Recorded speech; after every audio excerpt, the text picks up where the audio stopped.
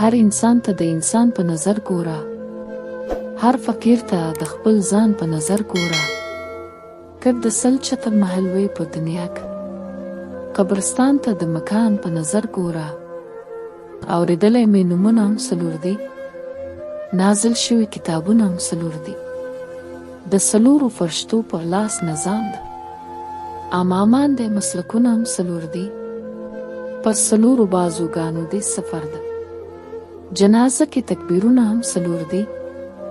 رحمان وایي د څلورو ملګرتیا که، ستا د قبر دیوالونه هم څلور دي. څوک محبت کې لیونتوب غواړي، څوک د شناپس سینه خوب غواړي، څوک د ځوانۍ د لاس خوب نه کوي، څوک یوه شپه د زلمیتوب وایي، څوک ملنګی کوي خپل وخت تیروي، څوک په دنیا باندې خپل روب وایي. رحمان کم عقل د نادان د خلق، چې ترکیب نه سړیتوب غواړي. نن که ډېر ظلمونو که زما قبول دی، خو آخر به جوړ تاوان کې بیا به جاړي.